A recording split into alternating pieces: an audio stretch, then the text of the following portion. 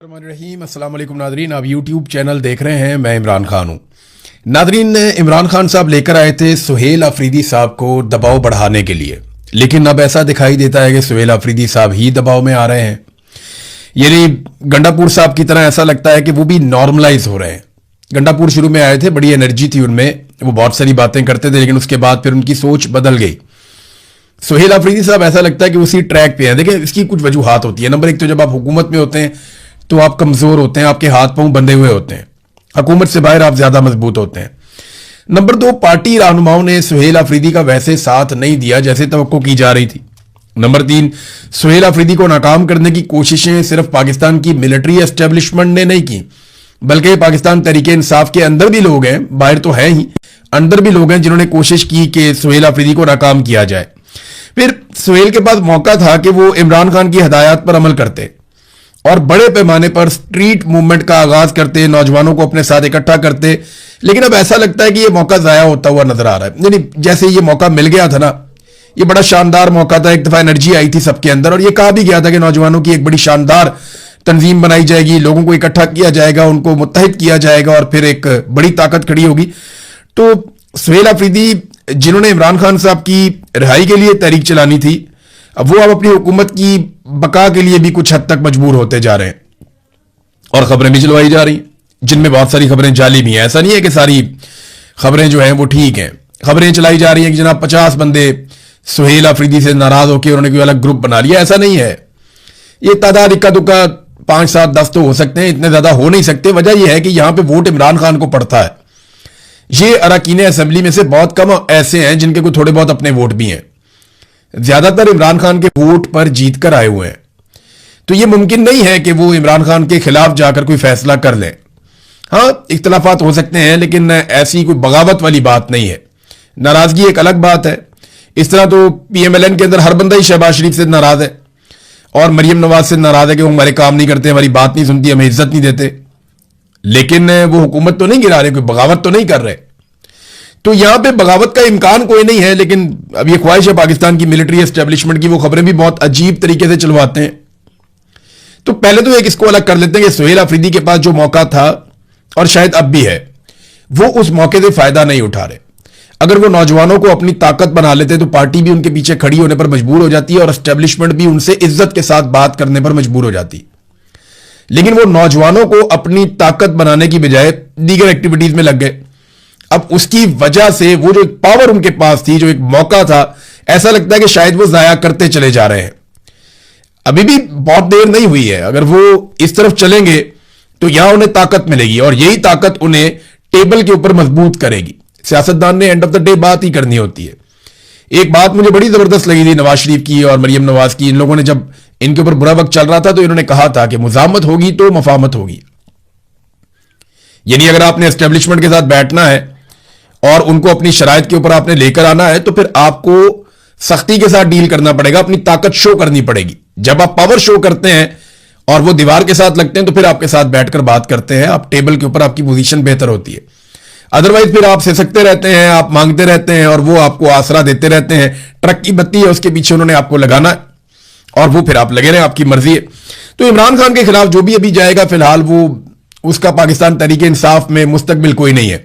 सियासी नुक्ता नजर से भी उसको बहुत डैमेज होगा। तो एक और खबर भी चलवाई गई कि इमरान खान सुहेल अफरीदी से नाला हैं। अच्छा, ये खबर अब चली है। इमरान खान साहब की आखिरी मुलाकात हुए भी कोई 1 महीने से ज्यादा शायद गुजर गया। यानी अप्रैल में कहीं पे कोई मुलाकात हुई थी, ये मई का महीना भी पूरा गुजर गया। अब जाके ये खबर बाहर आ रही है कि जनाब इमरान खान सुहेल अफरीदी से नाला है। पाकिस्तान की जो मिलिट्री एस्टेब्लिशमेंट है ना, इन्हें बयानिया बनाना आया ही नहीं। इन्हें समझ नहीं आई कि बयानिया बनता कैसे है, ना इनका दिमाग काम करता है। पाकिस्तान की यूथ बहुत आगे निकल गई है, नौजवान बहुत समझदार हैं, उन्हें समझ आ जाती है कि यार इमरान खान को मिलया कोई नहीं, ये खबर निकाल के चलवा रहे हैं मीडिया के ऊपर कि जनाब इमरान खान सुहेल अफरीदी से नाला है। तो ऐसे कैसे हो गया भाई? इमरान खान से उनकी बहन की मुलाकात करवाएं, किसी और की मुलाकात करवाएं, वो बाहर आकर बताए कि जनाब इमरान खान बहुत सख्त नाराज है सुहेल अफरीदी से और ये मामला हो गए। अगर तो ये कर सकते हैं तो ऐसे करें ना। इमरान खान से आपको पता है मुलाकातें बंद क्यों हैं? उसकी चंद वजूहात है। नंबर 1, आसिम मुनीर साहब से बर्दाश्त ही नहीं हो पा रहा कि उनके ऊपर तनकीद होती है और वो तनकीद तभी होती है जब इमरान खान साहब से जेल में कोई मिलता है। तो आसिम मुनीर साहब की बर्दाश्त खत्म हो गई है और वो थक गए हैं, हार गए इमरान खान के सामने कि इमरान खान का मुकाबला नहीं किया जा सकता। तो अब उन्होंने अपना एक फस्तायत अपना ली है कि मैं मिलने नहीं दूंगा। गैर कानूनी गैर आईनी हथकंडे अब शुरू हो गए। वैसे शुरू से ये चलते हैं, हमेशा पाकिस्तान में यही किया। पाकिस्तान की मिलिट्री एस्टेब्लिशमेंट ने, जर्नैलों ने ताकत के बलबूते भी किया जो किया। तो ये कुछ मुख्तलिफ नहीं कर रहे, इनसे पहले वाले भी यही करते थे, ये भी वही कर रहे हैं, लेकिन जरा शिद्दत बढ़ गई है, बहुत ज्यादा बढ़ गई है बल्कि। तो एक तो ये वजह है कि ये हो जाता है। दूसरा ये कि इमरान खान जब जेल से बात करते हैं तो बहुत मोटिवेशन मिलती है पाकिस्तान तहरीक इंसाफ को, पाकिस्तान के नौजवानों को, यूथ को, सोशल मीडिया को, वो बड़ी एनर्जी मिलती है। तो वो जेल के अंदर से कैदी नंबर 804 से जो बंदा मिलकर आता है ना, वो जो एनर्जी फेंकता है वो पूरी दुनिया में जाती है। पाकिस्तान तहरीक इंसाफ के वर्कर्स हो या आम पाकिस्तानी ओवरसीज हो या सोशल मीडिया हो, हर तरफ उसका असर नजर आता है। ये उससे बहुत तंग थे, लिहाजा उन्होंने मुलाकातें ही बंद कर दी। अब ये कहते हैं जनाब के इमरान खान साहब ने अंदर से कोई पैगाम भेज दिया और नाराज हो गए। भाई कोई मिलेगा तो नाराज होंगे ना, ऐसे थोड़ी खबरें निकल जाती हैं। एक तो इनका दिमागी काम नहीं करता, कोई इस बात पे यकीन ही नहीं करेगा। अच्छा, जब तवज्जो आपकी इन चीजों पे होती है ना, तो मेन चीजें आपके हाथ से निकल जाती हैं। मिसाल के तौर पे पाकिस्तान में जो गर्दिशी कर्जा है इस वक्त, देखें पाकिस्तान में सरमायाकारी के बारे में लोग पूछते रहते हैं, तो मेरी तो ख्वाहिश है कि पाकिस्तान में बहुत सारी सरमायाकारी जाए, लोग पाकिस्तान में पैसा लगाएं, लोग पाकिस्तान में कारोबार करें, पाकिस्तान की मईशत चलनी चाहिए। लेकिन हालात कोई नहीं है, क्योंकि वहां पे पाकिस्तान की मिलिट्री एस्टेब्लिशमेंट ने सारे इदारों को कंट्रोल किया हुआ है और जब चाहते हैं, जिसका चाहते हैं, बाजू मरोड़ के कारोबार तबाह कर देते हैं। अगर आपने उनके मफाद के खिलाफ या उनके मफाद के लिए आप काम नहीं कर रहे, आप उनको फायदा नहीं दे रहे, तो वो आपके साथ कुछ भी कर सकते हैं। और अपने फायदे के लिए उन्होंने देखे पाकिस्तान की क्या हालत कर दी है, तो किसी कारोबारी आदमी की वो क्या हालत करेंगे।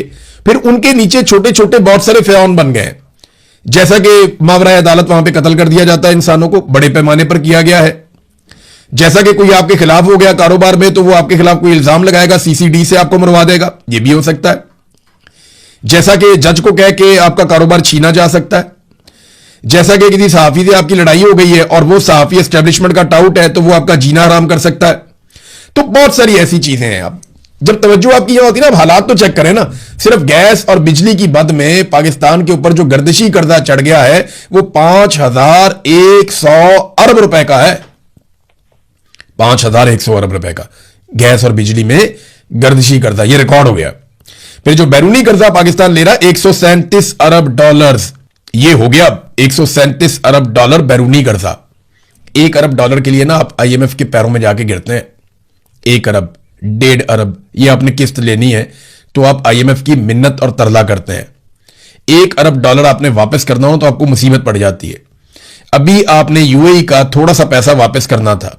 UAE का थोड़ा सा पैसा वापस करने के लिए आप सऊदी अरब जाते हैं, वहां पे आप अपनी फौज भिजवाते हैं, आप अपने जंगी तैयारे भिजवाते हैं, आप बार बार वहां पे मुज़ाकरात करते हैं, आप मिन्नत तरला करते हैं, अपनी पूरी की पूरी पॉलिसी को तब्दील कर देते हैं, हुकूमत, कैबिनेट, पार्लियामेंट सबको बाईपास करके आप फैसले कर लेते हैं। फिर जाके आपको थोड़े से पैसे मिलते हैं जिनसे आप 2 अरब डॉलर के आपने जनाब UAE का पैसा वापस करना है।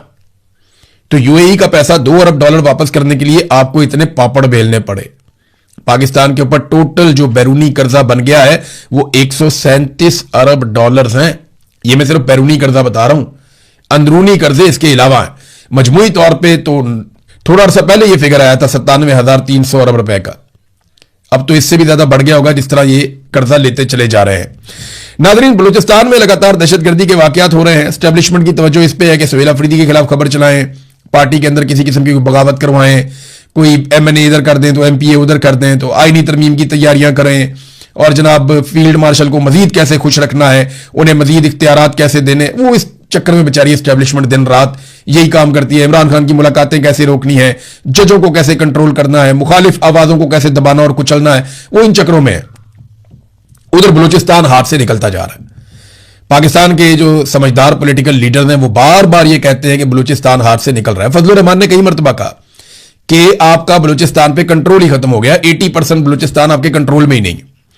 लगातार दहशतगर्दी के वाकयात वहां पे हो रहे हैं, एक के बाद एक वाकया हो रहा है। नौशकी RCD की जो शारा है वहां पे बड़ा खौफनाक वाकया हुआ, सैकड़ों कंटेनर्स को रोक लिया गया। ये तजारत का माल लेकर जा रहे थे और इन कंटेनर्स की चेकिंग की गई। फिर 4 कंटेनर्स के तो विजुअल्स मैंने देखे जिन्हें आग लगा दी गई, और दिन दहाड़े ये हो रहा है।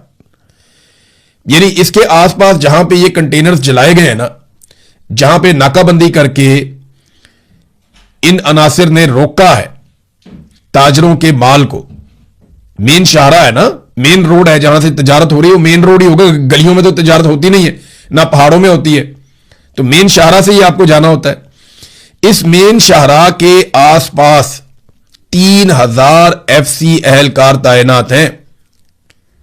जो डाटा है उसके मुताबिक ये जो रास्ता है जहां पे ये सब कुछ हुआ, इसके आसपास मकामी आबादी का ये कहना है, या मकामी अफराद हैं वो ये क्लेम करते हैं कि 3000 FC एहलकार यहां पे हैं, और ये चंद 100 लोग आते हैं और आकर सारे माहौल को यरगमाल बना लेते हैं, और जो दिल करता है मनमानी करते हैं। वहां पे उन्होंने चेकिंग करने के बाद कंटेनरों को आग लगा के करोड़ों का ताजरों का माल जला दिया उन्होंने।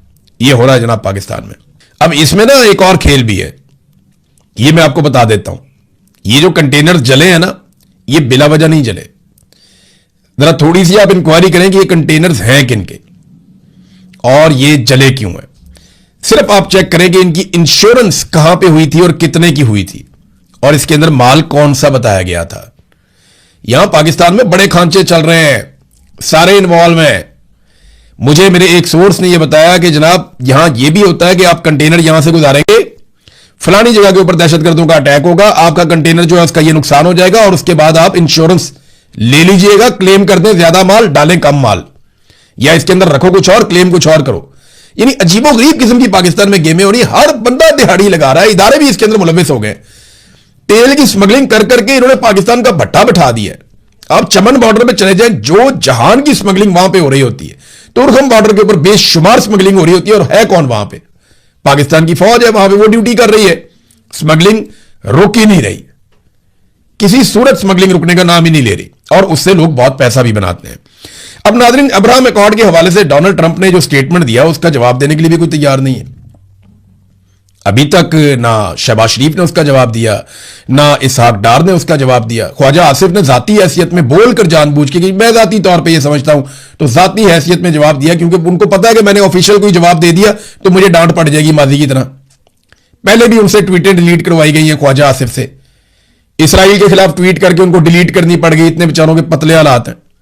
तो अब वो बेचारे बोल भी नहीं सकते। इसराइल को तस्लीम करने का मामला डोनाल्ड ट्रंप ने उठा के सामने रख दिया कि जनाब इसको तस्लीम करो। तो ना तो फील्ड मार्शल का स्टेटमेंट आया, ना DGISPR का स्टेटमेंट आया, खुल के कोई बात करने के लिए तैयार नहीं है। डोनाल्ड ट्रंप को कोई जवाब देने वाला है ही नहीं। हां, इमरान खान था एक वजीर आजम जो डोनाल्ड ट्रंप को जवाब देता था, और सीधा जवाब देता था।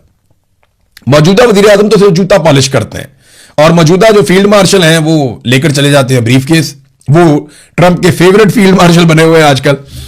नाज़रीन, अब ये तहरीके तहफ़्फ़ुज़ आईन पाकिस्तान ने इसके ऊपर एक एलामिया जारी कर दिया, और उन्होंने कहा जी कि अमरीकी सदर डोनाल्ड ट्रंप की जानिब से मुस्लिम ममालिक से इब्राहिमी मुआहदे पर दस्तखत के लिए मुतालबे को मुकम्मल तौर पर रद्द और उस पर इंतहाई तशवीश का इजहार करते हैं। इस मौका पर अमन मुआहदा को मशरूत करना इस जंग के पीछे इसराइली एजेंडे का वाज़ेह सबूत है। यानी डोनाल्ड ट्रंप ने मशरूत कर दिया ना, ये अमन मुआहदा हो रहा है, हम ये अमन मुआहदा कर लेते हैं, तुम लोग जरा इब्राहिमी मुआहदे के ऊपर या अब्राहम अकॉर्ड के ऊपर या इसराइल को सादे लफ्जों में तस्लीम कर दो। डोनाल्ड ट्रंप की धमकी आप चेक करें, उनको जो उन्होंने तरीकाकार किया कि हम ईरान के साथ अमन मुआहदा कर लेते हैं, तुम सारे सुकून में आ जाओगे, लेकिन उसके लिए जरूरी है कि तुम भी इसराइल को तस्लीम कर दो, जो कई दहाइयों से नहीं किया जा रहा। और उसके लिए डोनाल्ड ट्रंप ने हुक्म जारी कर दिया। तो सऊदी अरब ने तो अभी इनकार किया। सऊदी अरब के इनकार से पाकिस्तान जो है वो फिर फंस जाता है, क्योंकि पाकिस्तान ने तो डोनाल्ड ट्रंप को बड़ी यकीन दहानियां करवाई हुई हैं। देखें ना, पाकिस्तानी अवाम की उमंगों के खिलाफ पाकिस्तानी हुकूमत जो है ये जाकर बैठ जाती है इसराइल के साथ बोर्ड ऑफ पीस के अंदर, और उस वक्त जो टाउट है उन्होंने बड़े नारे मारे थे। उन्होंने कहा था जनाब अब तो कश्मीर भी आजाद हो जाएगा, अब तो हम इंडिया की ऐसी तैसी कर देंगे, अब तो पाकिस्तान इसका हिस्सा बन गया है। तो मेरा सादा सवाल यह है कि कश्मीर की आजादी के लिए बोर्ड ऑफ पीस में आज तक क्या हुआ? फलस्तीन में रोजाना अभी भी कत्लेआम हो रहा है, आपने उस पर क्या किया? उसके बाद इसराइल ने ईरान पे अटैक कर दिया, लबनान पे अटैक कर दिया, हजारों लोग शहीद कर दिए, आपने अब तक क्या किया? आपने कुछ भी नहीं किया। इसका कोई फायदा नहीं हुआ, बल्कि उल्टा उनके मुतालबात बढ़ते चले जा रहे हैं, और हुकूमत जो है बिल्कुल चुप करके बैठी हुई है, कोई सवाल जवाब नहीं कर रही, कोई डोनाल्ड ट्रंप को जवाब देने की पोजीशन में नहीं है। इतना हौसला ही किसी के अंदर नहीं है। गुज़िश्ता रात को नाज़रीन जो झड़पें हुई हैं उनके नतीजे में जंगबंदी और अमन मुआहदे की जो कोशिशें हैं उनको नुकसान पहुंचा है। ऐसा लगता है कि कहीं सारी कोशिशों में पानी ना फिर जाए। कुछ डेवलपमेंट्स ऐसी हैं जो अच्छी नहीं है। यानी अगर इस तरह के मामला मजीद होते हैं तो फिर आप भूल जाएं कि ये जंगबंदी मुस्तकिल होगी या ईरान और अमेरिका के बीच में कोई मुआहदा हो पाएगा। देखिए, एक तो सुप्रीम लीडर का स्टेटमेंट आया, उन्होंने कहा कि ईरान ने अमेरिका को ऐसा थप्पड़ रसीद किया है कि अमेरिका को अब खित्ते में शरारतों और फौजी अड्डों के क्याम के लिए महफूज पनाहगाह हासिल नहीं होगी।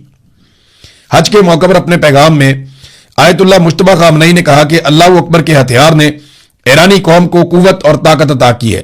मुस्तकबिल उम्मत इस्लामिया और नई इस्लामी तहजीब का है। तरक्की और खुशहाली के लिए इस्लामी ममालिक दोस्ती और ताउन को बढ़ाएं। फिर ईरान ने एक बड़ी जो अहम शर्त थी इस मुआहदे की, जो आबना हुर्मुज़ को फौरी तौर पे खोल दिया जाएगा पहले की तरह, यह अमेरिका की शर्त है, जिसके बारे में दावा किया जा रहा था कि यह मनवा लिया गया है। डोनाल्ड ट्रंप ने अपने ट्वीट के अंदर कहा कि आबना हुर्मुज़ मुकम्मल तौर पर खुल जाएगी, लेकिन ईरान ने वादे कर दिए। उनका स्टेटमेंट आ गया ईरान का, और यह दो टोक स्टेटमेंट है। उन्होंने कहा कि आबना हुर्मुज़ को किसी भी सूरत मुज़ाकरात का हिस्सा नहीं बनाया जाएगा, जैसे बाजी में जोहरी मामले पर मुज़ाकरात किए गए थे। ईरान ने कहा कि अगर अमरीकी नाकाबंदी खत्म हुई तो आबना हुर्मुज़ से गुजरने का निजाम ईरान के तय करदा उसूलों के तहत चलाया जाएगा। कौमी सलामती कमेटी के सरबराह इब्राहिम अजीजी ने अपने बयान में कहा कि आबना हुर्मुज़ पर ईरान की खुदमुख्तारी किसी भी मुमकिना अमन मुआहदे के लिए बुनियादी अहमियत रखती है, यानी ये हमारे कंट्रोल में रहेगा, ईरान तो ये कह रहा है। डोनाल्ड ट्रंप का जो मौक़िफ़ है वो मुख्तलिफ था। फिर अमेरिका ने एक काम किया जिससे मामला और कटाई में जाएंगे, यानी अमेरिका ने ईरानी वज़ीर ख़ारजा अब्बास अराक्ची को वीज़ा देने से इनकार कर दिया, क्योंकि उन्हें जाना था सलामती कौंसिल की बहस में। अब अक़वाम मुत्तहिदा जो है वो उसका दफ्तर अमेरिका में है, और तमाम ममालिक को इस बात का हक है कि वो अक़वाम मुत्तहिदा में जाएं और जाकर अपनी बात कहें, लेकिन वीज़ा जो है वो अमेरिका से लेना होता है। और अमेरिकन गवर्नमेंट ने वज़ीर ख़ारजा अब्बास अराक्ची को वीज़ा देने से इनकार कर दिया। अब ये एक ऐसी डेवलपमेंट है जिसपे अमेरिका पे तनकीद भी होगी, और ये नामुनासिब है। अगर कोई आपका दुश्मन भी है तो अक़वाम मुत्तहिदा में उसका उतना ही हक है जितना आपका हक है। फिर ईरान ने भी आगे से एक धमकी लगाई है, और मुसल्लह अफ़वाज के तर्जुमान ने कहा कि अगर ईरान के खिलाफ किसी भी किस्म की नई जारहियत की गई तो इसका सख्त और पहले से ज्यादा शदीद तरीन हम जवाब देंगे। दूसरी जानिब कतर से एक डेवलपमेंट आई नाज़रीन। एक तो कतर में जो ईरान के वज़ीर ख़ारजा और स्पीकर बाकर कालीबाफ ये लोग जो गए थे, तो बताया तो ये गया था कि ये उस चक्कर में गए हैं कि जो पैसा वहां पे फ्रीज है ईरान का $12 अरब, वो इनको दे दिया जाएगा। लेकिन अब खबर वहां से आ रही है कि वहां पे कुछ मुज़ाकरात हुए जिनकी तफसीलात नहीं बताई गई, क्योंकि कतर में अमेरिकन हर वक्त मौजूद रहते हैं और ये उनके वहां पे बहुत सारे दफातर भी हैं। तालिबान का दफ्तर भी कतर में था और वहां पे ही मुज़ाकरात होते थे। अब जब फाइनलाइज होंगी चीजें तो ये कतर का दफ्तर दोबारा खुल गया, यानी कतर के अंदर फिर से एक्टिविटी शुरू हो गई है। तो जो पैसों वाला मामला था उस पर भी कतर ने एक बात कर दी है, और ये एक अहम शर्त बताई जा रही थी पूरी दुनिया के मीडिया में। कतर ने ईरान के साथ मुमकिना मुआहदे के बदले माली अदायगी से मुताल्लिक खबरों और अफवाहों को मुस्तरद कर दिया है। ईरान को माली अदायगी से मुताल्लिक गर्दिश करने वाली इतलात बेबुनियाद हैं। उनका मकसद जारी सफारती मुज़ाकरात को सबोटाज करना है। अब ना कतर का भी मौक़िफ़ आ गया, ईरान का मौक़िफ़ आपके सामने है। अमेरिका वीज़ा नहीं दे रहा, लेकिन इसके बावजूद उम्मीद की जानी चाहिए कि कुछ ना कुछ करके ये मुज़ाकरात आगे बढ़ेंगे और कोई ना कोई अमन मुआहदा हो जाएगा। इस बात की उम्मीद करनी चाहिए। अच्छा, हज के बाद सूरत हाल जो है वो मजीद क्लियर हो जाएगी, क्योंकि देखिए सऊदी अरब इस सारे मामले में एक बहुत बड़ा स्टेक होल्डर है। पूरी दुनिया से मुसलमान इस वक्त सऊदी अरब में मौजूद हैं। इस वक्त अगर खित्ते में कोई चिंगारी लगती है तो वहां सऊदी अरब के अंदर चीजें कंट्रोल करना इतना आसान नहीं होगा, क्योंकि वो मिलियंस की तादाद में मुसलमान वहां चले जाते हैं। बहुत बड़ी लाखों मुसलमानों की आबादी वहां पे जाती है हज करने के लिए। पिछले साल अल्लाह रब्बुल इज़्ज़त ने मुझे भी मौका दिया था। जितने लोगों ने इस साल हज किया है, आप सबको हज की मुबारकबाद। दुआ करें उम्मत मुस्लिमा के लिए और पाकिस्तान के लिए भी, मेरे लिए भी, और सब मुसलमानों के लिए दुआ करें। सारी दुनिया के लिए दुआ करें, दुनिया के अमन के लिए दुआ करें, और आखिरत के लिए दुआ करें, इंसानियत के लिए दुआ करें। अल्लाह रब्बुल इज़्ज़त आप सबकी दुआएं कबूल फरमाए। आपकी जो दिली हाजात हैं अल्लाह ताला उनको पूरा फरमाए। अल्लाह बड़ा मेहरबान है, और अल्लाह ताला बाकी सबको भी मौका दे, जो लोग नहीं जा पाए कि वो जाएं और अल्लाह का घर देखें और वो हज की सआदत हासिल करें। तो मेरे ख्याल में जब तक ये हज का सीजन चल रहा है तब तक सऊदी अरब किसी मामले को आगे नहीं बढ़ने देगा। हाँ, ये जरूर है कि हज का सीजन खत्म होने के बाद जब हाजियों की बड़ी तादाद वापस चली जाएगी 20, 25, 30 दिन में, तो फिर हम इस खित्ते में अगर कोई चीज़ होनी है तो उस वक्त तक हमें इंतज़ार करना पड़ेगा। बहरहाल अब तक के लिए इतना ही। अपना ख्याल रखिएगा, अपने इस चैनल का